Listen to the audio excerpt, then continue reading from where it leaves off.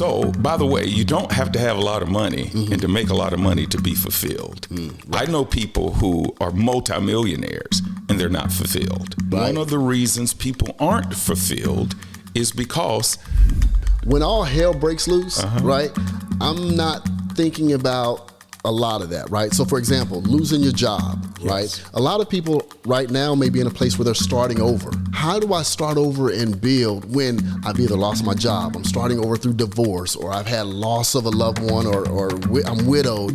How do I start over with either saving or building something when all hell breaks loose?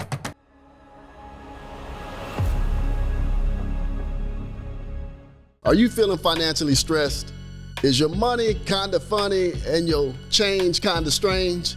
Well, if you're like most of us, you're living from paycheck to paycheck, because over 90% of the people are living from paycheck to paycheck. And so you're also feeling the pinch of inflation and trying to get above water and tread water and make ends meet. I once heard somebody say, I'm not even trying to make ends meet. I just want them to get close enough so they can wave to one another. And if that's you, you are in the right place, because here at the When All Hell Breaks Loose podcast, we want to give you practical tips on how to succeed during life's toughest challenges.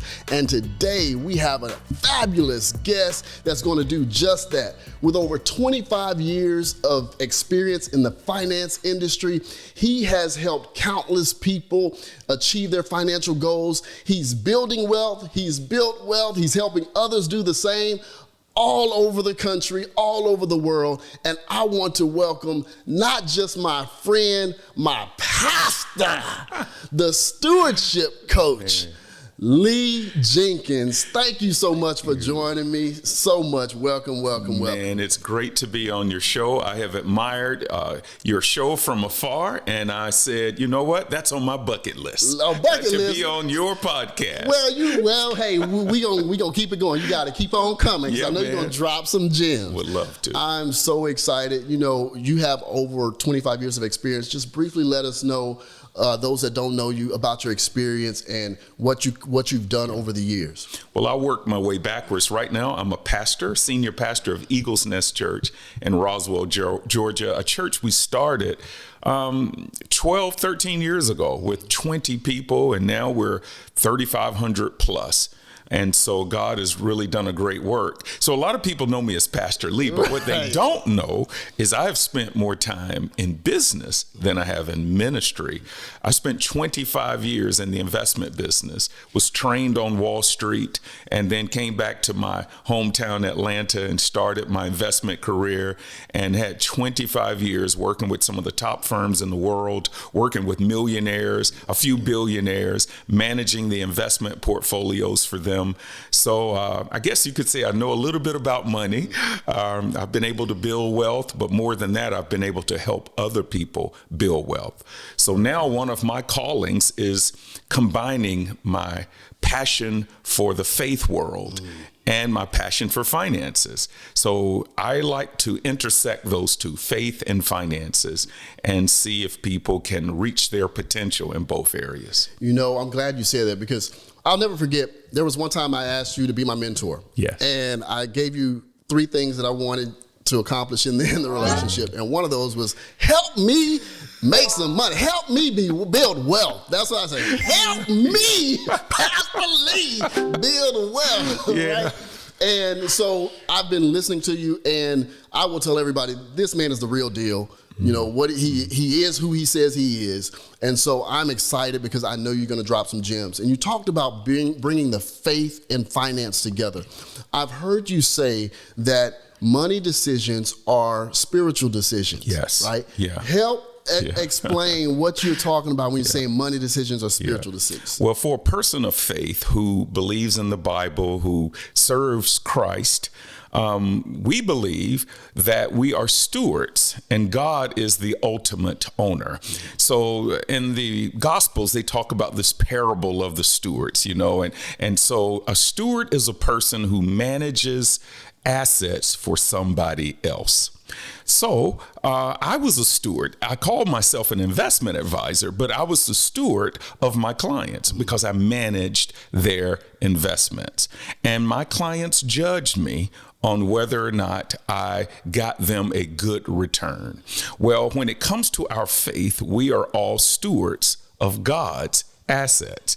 Now, relatively speaking, what we have is ours. Okay, our car, our house, our clothes. But absolutely speaking, it belongs to God, because if it wasn't for our health and our strength, if we didn't have air in our lungs, we wouldn't be able to enjoy any of those things. So really, God blesses us with what we have.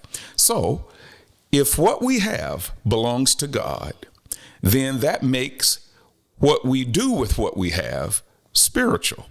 And that's why I like to say every spending decision is a spiritual decision, because what we have belongs to God, and we're supposed to be trying to please God with it. Wow. So based on that, what do most people's spending decisions tell you about their spiritual life?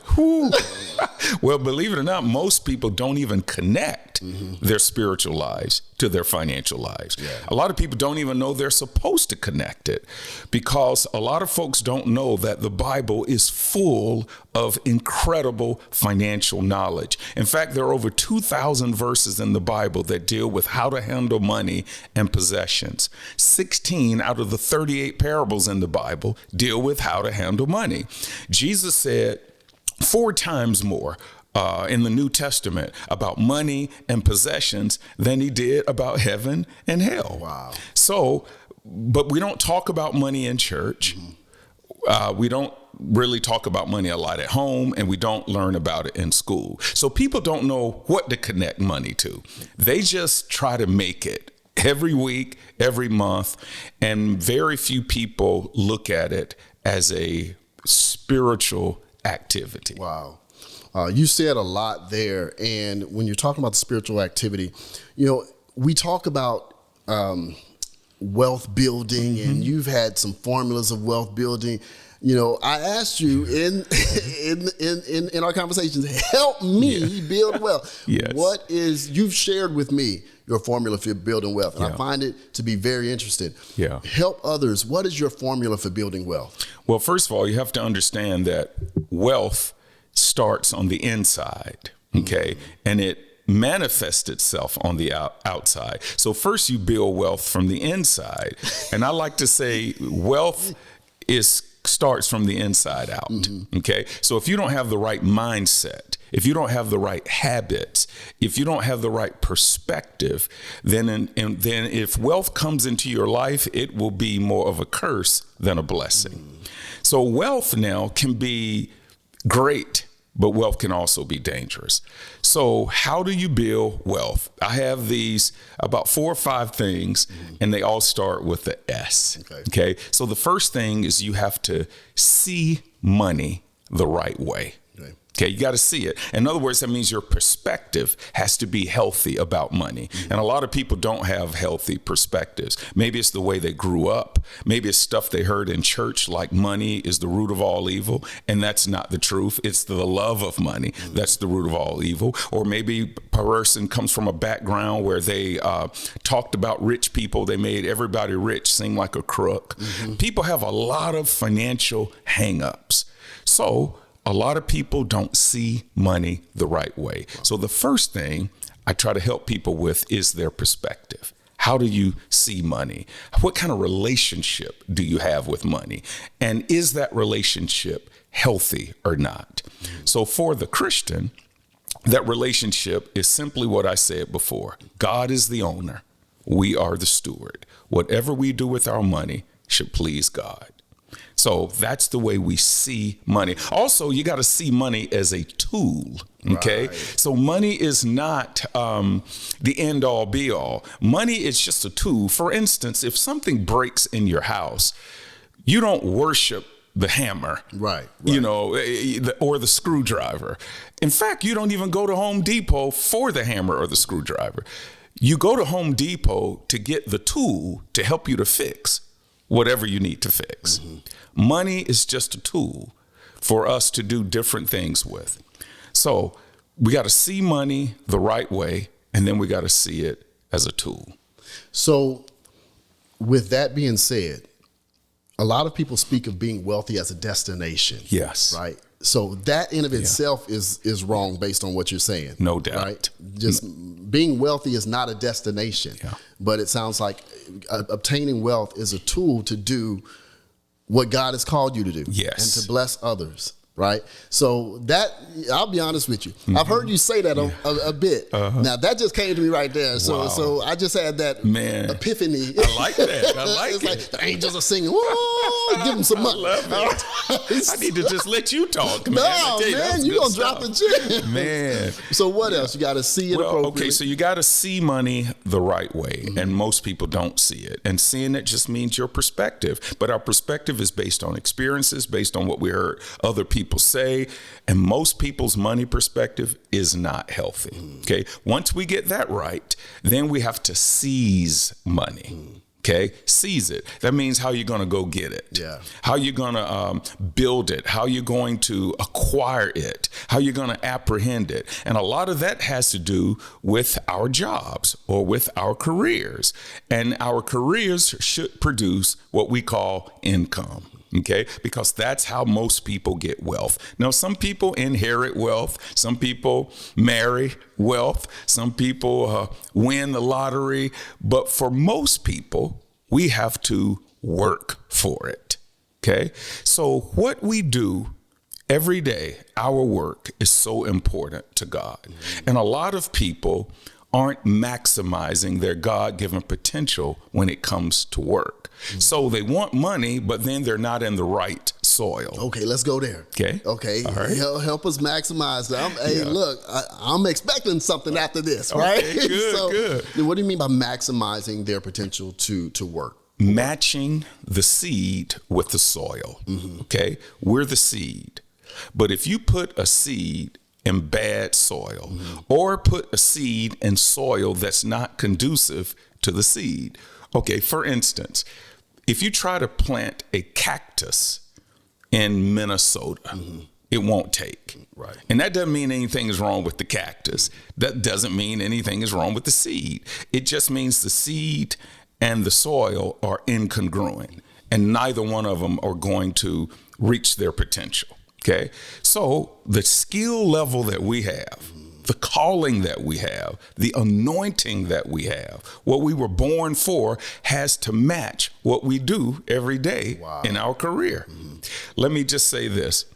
People ask me, man, how does it feel to have two successful careers as a business person, as an investment advisor, and as a pastor? I said, I'm doing the same thing. He said, what do you mean? I said, my skill set has not changed.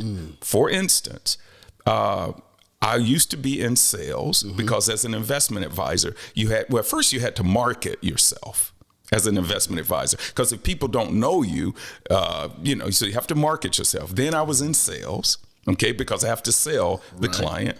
Then I was in fundraising. I had to ask them to give me money so I can invest it. Then after they invested it, I was in customer service. That's exactly what I do as a pastor. I'm in marketing, I'm in sales, I'm in fundraising, and I'm in customer services. So where am I going with that? The reason I have been successful financially is because the soil, my job, my work, my career, matched the seed, how God made me. Wow. And so I tell people, in order to reach your financial potential, one of the things you want to look at is, what are you good at? How has God wired you?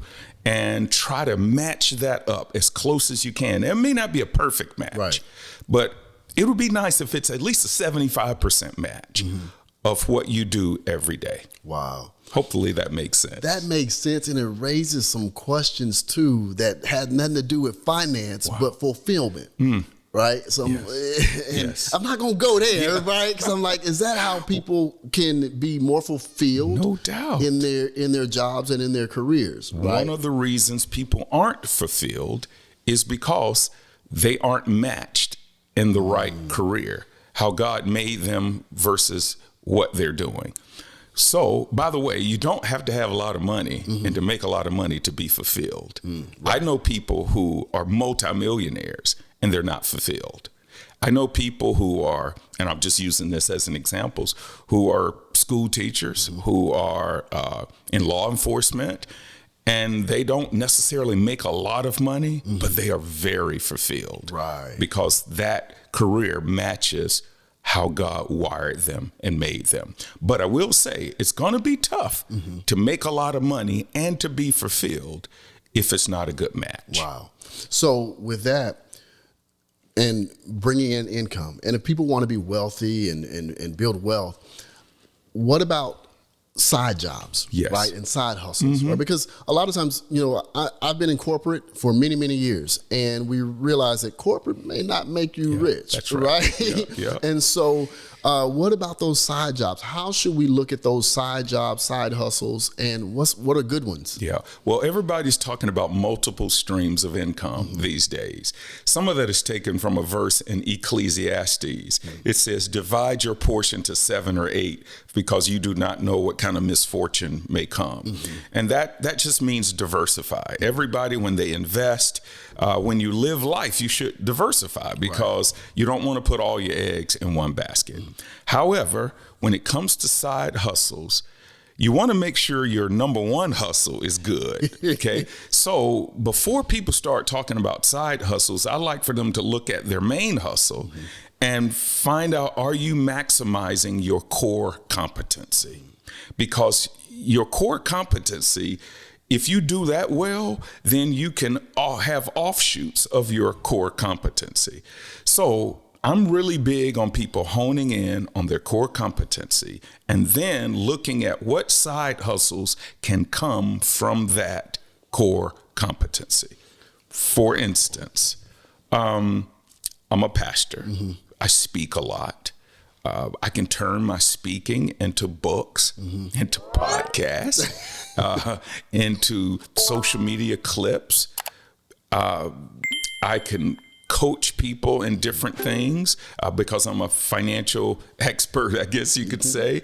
So that's how you do it. You just take what you're good at and you diversify. But I will say this, it is good to have more than one hustle, more than one, but you got to make sure that the hustles are integrated, because if they aren't, you're going to be more frustrated. Wow. I think that requires a workshop, like, perfecting your side hustle. What about your side hustle? Yeah. So we got to put a pin in that. Okay. We got to do a workshop on that, because you've said a lot that really can help some people there on bringing, you're making sure that it's integrated. Right? Yes. A lot of times we try to diversify our side hustle and we become spread too thin, exactly mentally, emotionally, financially, and everything else, right? So, and it becomes more of a burden than something that's adding to you. Absolutely. Right? So that was a jewel. So first see it, then seize it. First see it, seize it, and then you sow it. Sowing it means when you are a person of faith, that you don't eat all your seed. You sow it back. And the way Christians sow back some of their seed is through giving, through giving generously to the kingdom of God. So our giving should be one of our priorities. It should be baked into our stewardship. It should be the priority, really. Just like paying bills is a priority, giving should be that. But it should be done with joy. It should be done because it's our way of thanking God for what he has given us. So you start with how you see money. Then you go to how you seize money, which is your career, and then how you sow money. So this is the When All Hell Breaks Loose podcast. Yeah. So I got to ask you, when all hell breaks loose, right, I'm not thinking about a lot of that, right? So for example, losing your job, right? A lot of people right now may be in a place where they're starting over. And so how do I start over and build with those principles? How do I start over and build when I've either lost my job, I'm starting over through divorce, or I've had loss of a loved one, or I'm widowed? All these different things can happen, just bad financial decisions. How do I start over with either saving or building something when all hell breaks loose? Okay. There's a definition called insanity. And insanity is continuing to do the same thing over and over, but expecting different results. No, if you do the same thing over and over, you're going to get the same results you've already gotten. So a lot of people, when all hell breaks loose, when they have to start back over, some people don't learn the lesson. So you got to analyze what went wrong and then say, what will I do different this time? Okay. So that's the first thing. You got to be committed to doing things in a different way. And by the way, a different way could mean different career, getting on a budget versus not being on a budget, hanging around people who think bigger than your broke friends. You know, I mean, money doesn't just fall out of the sky and make situations better. We have to make it happen. We have to be proactive. So the first thing you have to do is learn from your mistakes. Okay. And then secondly, you have to just go back to the fundamentals, the basic things. And then you got to give it time. But here's the problem. You can get very discouraged when you have to start over, when you're trying to rebound. And that way, so what you do then is you got to hang around the right people. You got to read the right stuff. And then you got to celebrate the small victories. Celebrate the small victories. So I've had a time in my life where, I mean, my family, we were rolling. And then the 2008 recession hit. And it was the first time in my adult life that I got crushed financially. Not just for a month, not just for 6 months, not just for a year, 3 years. 3 years, I lost over 50% of my net worth, okay? And actually it was more like 65%. So I felt like, in a sense, I was starting back over. And I applied these principles. What did I do wrong? And some of it wasn't my fault. The economy happened. But the biggest thing is, what do I need to do to regain my footing? So how do you catch up, right, when you're starting over, right? Okay. So some of us, coming out of school or whatever, you're getting your footing. But some of us that have made bad financial decisions or just starting over from life, just lifing, right? How do you catch up? Well, it takes time, okay? So number one is you got to realize that our job, especially if you're a person of faith, it's in Luke 16:10. It says, if you're faithful in the little, you'll be faithful with much. Let me rephrase that. Whatever you do with the little will either qualify you or disqualify you for much. So the key to getting much is what you do with the little. Right. So when you have little, you treat it like it's much. You say, look, this is all the money I have, but I'm going to budget it. This is all that I can do, but I'm going to give it my best shot. This is the only car I have, but I'm going to treat it like a Mercedes. And the Bible says when you're faithful in the little, then God looks at it as, if you can do that with the little, then I can trust you with more. So when you get the breath knocked out of you, when you are starting from the bottom, you literally have to reprogram your mind and say, all right, this little bit I have, I'm going to treat it like it's a lot. And I'm going to expect God to do something supernaturally as I am faithful to do all I know how to do. In fact, I would say, do your best and let God do the rest. So, but here's the problem with that. Discouragement can set in. Impatience can set in. Then you start looking at other people and what they're doing, and you feel like a failure. Well, everybody goes through that.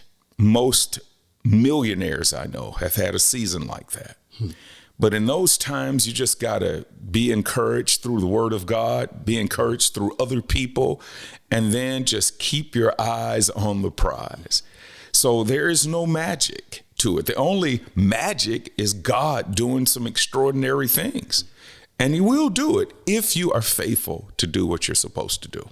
As I hear you talk, I hear you mention about seeing it, seizing it, mindset, yes, being faithful. and our responsibility to be managers. And so when I think about poor financial decisions or just getting the wind knocked out of you, right? Of course, there are life events that some things, like you said, the economy bottomed out during that time, and you were a victim of that. Well, not a victim. And it wasn't I was a victim. So, I mean, it wasn't my fault that the economy. I didn't create the subprime mortgage crisis. Yes. You have those moments, but as I'm hearing you, I'm hearing that most people, though, it's self-sabotage. Yes. Right? Yes, for most people. It's self-sabotage. So now you've talked about spending decisions being spiritual decisions, right? Do you think there's a correlation between mental health and financial health? Oh, no doubt about it. First of all, a lot of financial frustration can lead to some really challenging mental health issues. So a lot of people become depressed and discouraged because their finances aren't right. In fact, financial pressures and frustration is one of the leading causes of depression. Wow. So when we get the air knocked out of us, when we have to start over, when we are hoping for a rebound, the problem is not just the financial rebounding. Sometimes we got to rebound emotionally. I mean, when I hit rock bottom, and rock bottom is different for everybody. Right.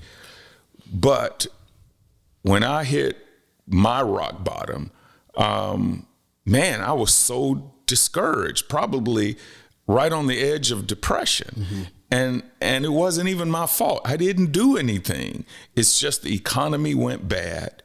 And you could say, well, you should have had money saved. Well, I did, but I didn't have 3 years worth of, a rainy day fund. I had a rainy day fund, a rainy month fund, and a rainy year fund, but I didn't have a rainy 3-year fund. So I was beating myself up. I shouldn't have made that investment. Maybe I should have come out of the market. I mean, it was terrible. And I realized that I was very discouraged. And that's one of the things that the enemy tries to do, is discourage people when they make mistakes or when life happens. And life happens to everybody. Matthew 5:45 says it rains on the just and the unjust. So whoever you are, no matter what your faith level is, you're going to have some rainy days. Right. So the bottom line is there is a strong correlation between financial success or financial failure and our mental health. Wow. So going back to your principles, you got see it, seize it, sow it. All right. What's the last one? Well, actually it's two more. Then you got to save it. Okay. That means you always put money away for your future. Always. And you're always thinking about, if you have a family, how can you bless the next generation? How can you secure your future? That's all savings is. Saving is simply making provision for tomorrow. Because tomorrow is coming and you got to be prepared for tomorrow. And tomorrow are things like retirement, kids' college education, or just living a life without financial pressures. You have to plan for those things. So that's what I call saving, looking at your future, where you want to be, and making provision for it. So how do I do that when I'm living paycheck to paycheck? Well, you got to make some tough decisions. There is no magic. You live in paycheck to paycheck, which means that whatever's coming in is going out.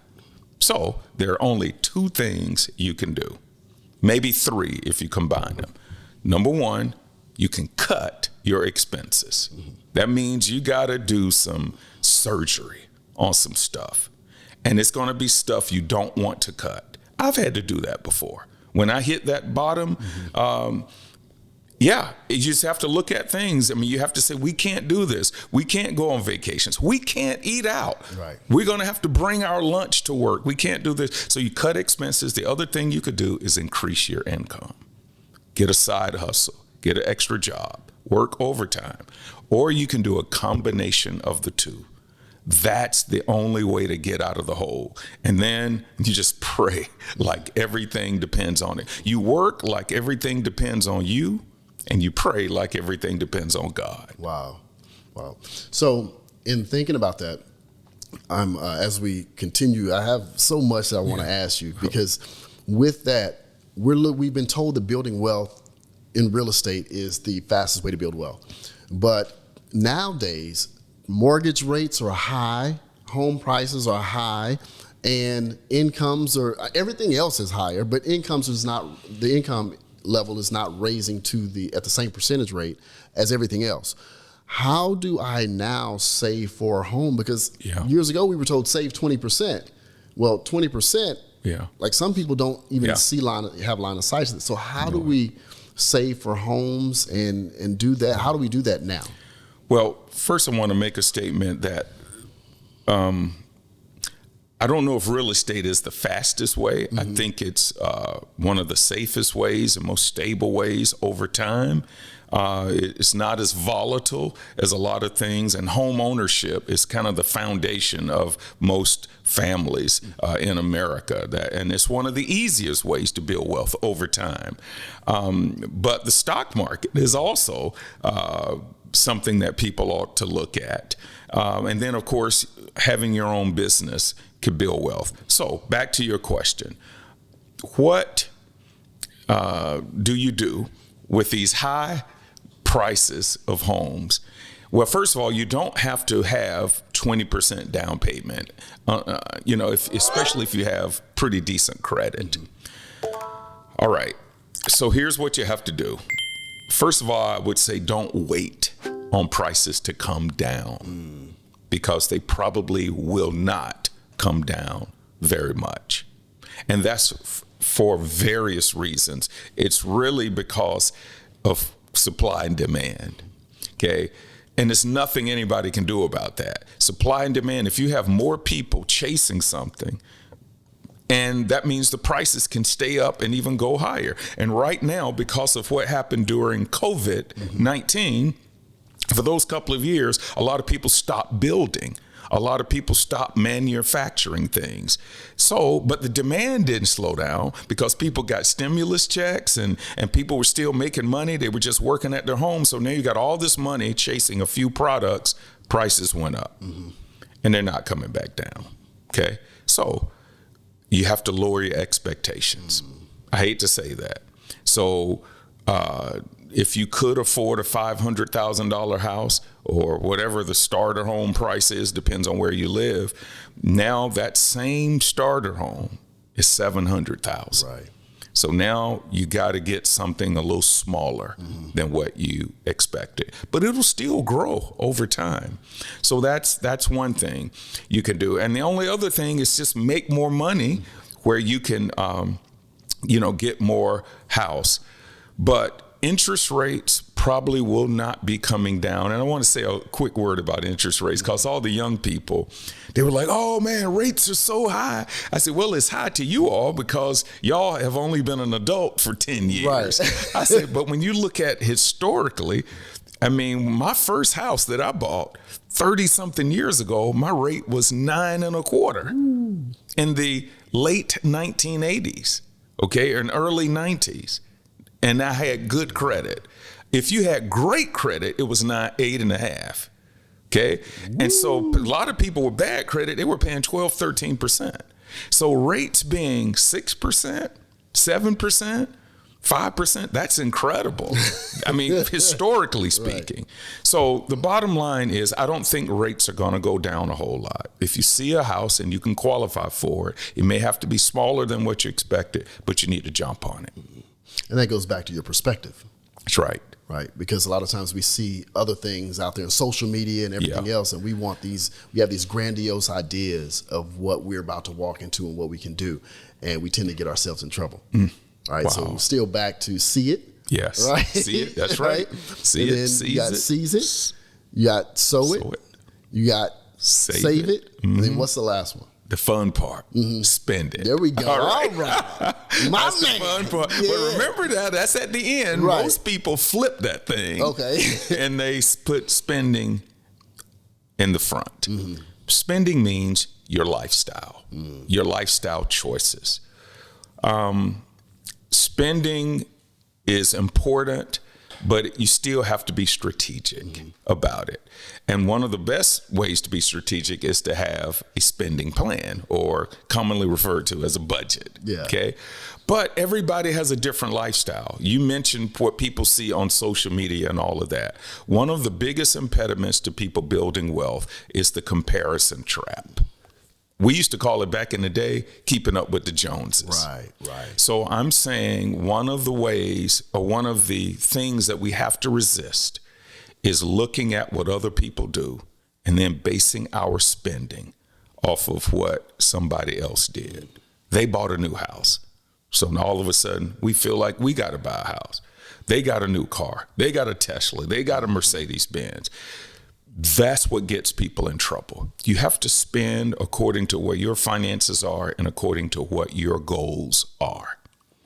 And that's what we're going to be held accountable to by God anyway. So spending is fun, but spending still should be strategic. Right. Well, Lee, stewardship coach, Yeah. pastor, I want to thank you for your time. But before we go, Okay. hold on. Right. Before we go, there's something I just been dying to do. Now, I respect you as a pastor, but I often think, I've heard some of the things that you teach in regards to finance. And sometimes I'm just so amazed at how you phrase it. You're so polished, man. You're so cool. Man. Boy, you're cool as the other side of the pillar, man. I mean, so it's like, so I look at myself as sometimes the not so polished version of you, right? And we dressed almost alike, that's right, man. We have some similar history. And so, better yet, I look at myself as hood pastor and you the good pastor. All right. Good. So I want to play a game with you. Okay. And we're going to call this hood pastor, good pastor. Okay. So I'm going to say things like I would say, or maybe questions or maybe advice or whatever. Okay. And I want you to tell me what you think about it All or right. how you would phrase it. Okay. All right. We good? I'm good. All right. So this is hood pastor. I wrote some things here. Now, and this one comes from something that you just said not too long ago about mental health. Okay. So hood pastor. All right. All right. Hood pastor. You ready? I'm ready. All right. Hood pastor says, most of y'all ain't depressed. Y'all just broke. That's what I would say That's what you to the would say. congregation. Okay. How would you phrase that? And you know, it's just the polished Lee version. Oh my God. All right. Most of you, say that one more time. I got to do, most of y'all, you got to get an amen. Yeah. Ain't depressed. Y'all You just broke. Oh man. All right. I would say that being broke is just a temporary condition. Okay. So don't allow being broke to define you, because it's just temporary. See, you make people feel good about themselves. Yeah, that's right. So you can feel good about Yeah. being broke, Yeah, you because can- it's just temporary. All right, how about this? Being broke don't last always. There we go. That's There right. we go. Yeah. Just like trouble don't last There we always. go. Being broke don't last always. There we go. All right. Here's another one. Now, tell me what you think about this. This is what hood pastor would say. Okay. All right. Okay. When the bill collector calls your house, tell him that Jesus paid the cost, and then go get credit repair. He ain't gonna get credit repair. Oh man. All right. Well, I would tell people you gotta pay your bills. Okay. Stop running. Face the music. Okay. And you cannot cure what you will not confront. Good. Oh man, look at you. Okay. You can't cure All your right. financial problems running from Right. it. So go on and confront it, because you cannot cure what you will not confront. There we go. All right. See, that's what I'm talking about, man. All right. All right. How about this one? If you see something on sale that you hadn't been able to afford up until then, accept your breakthrough. God is trying to tell you something. That's your opportunity. Oh man. All right. Let's see here. In Proverbs, it says a man who doesn't have control over his spirit is like a city with walls broken down. Boy. Okay. So back in the Bible days, if a city's walls were broken down, the enemy could just come in and wreak havoc. Man. So we got to be able to control ourselves and say no man. Even when it's a 30% sale. Boy, I'm about to shout. Just say no. Just say This no. boy is crazy. All right. One more. Well, we got this one. So if the store accidentally, now this is one. Okay. This is true. Well, all of these are true. Okay. But if the store accidentally refunds my money and I still kept the merchandise, wow. Is that a blessing from God or am I stealing? That's stealing all the way. That's all the way it's stealing. But see, people say, well, somebody just blessed me. Luke 6:38 said, give and it will be given. Pressed down, shaken together, runneth over. It doesn't apply to that. Okay. No, you got to give it back because honesty and integrity is one of the hallmarks of a person. And oftentimes we are tested with situations like that to determine whether God can trust us with more. You know what? We're going to drop the mic on that one. Man, like I told y'all, this man a real deal, man. He not new to it. He true to it, man. I love you. I love you, man. I've told you. And one of the reasons why I wanted to invite you on the show is also to give you your flowers, man, publicly, man. Thank you, man. Because, I mean, there are times I might send you a text and be like, hey, thank you so much. But truly, I want to give you your flowers publicly. Man, the way that you run business, the way that you mentor, the way that you shepherd, the way that you run your family, I've watched you up close and from afar. Wow. And from the bottom of my heart, man, thank you. Wow. I believe it is a God and divine appointment for me to come into contact with you. And I love you. And thank you so much. But before we go, I got one more question to ask you. One more, all right? Now, this is why I'm about to get you now. For real, one more question. Let me hold $20. Yeah, I'll let you hold $20. Yeah, I got $20. See, real deal, I gotta be generous, man. I got you. Look at that. You don't even have to pay me back, man, all right? Oh, it's not a loan. This man here, boy. Man, I want to thank you so much. I love you again. Appreciate you. You got to come back. Keep dropping gems. And for y'all that don't know, look, it is, even if you have hit rock bottom, whatever your rock bottom is, there is hope. It's temporary. And you've got to first see money the right way. Yes. Then you've got to seize it. Then you've got to sow it. Then save it. And then you spend it and create your lifestyle. I am so honored. Look, guys, this has been just straight wisdom, and not from somebody that just read about it. This is somebody that has really lived it out and walks it out every single day. So I want to encourage y'all, Stewardship Coach, how can they find you? Well, you can find me on Instagram at the Stewardship Coach. And of course, I have a website, LeeJenkinsStewardship.com. But the Stewardship Coach is where you can find me. I'm also on TikTok as well. But most of my followers are on Instagram. And I'm getting ready to go to YouTube very soon. So look out for the Stewardship Coach. Good deal. Once again, I thank you. I love you. Everybody go check us out on the When All Hell Breaks Loose podcast on all your streaming channels. That's YouTube, that's Spotify, Apple Music, or wherever you listen to audio or stream podcasts. Go out, When All Hell Breaks Loose podcast. Share it with your friends, your neighbors, even with your enemies, but share it with love.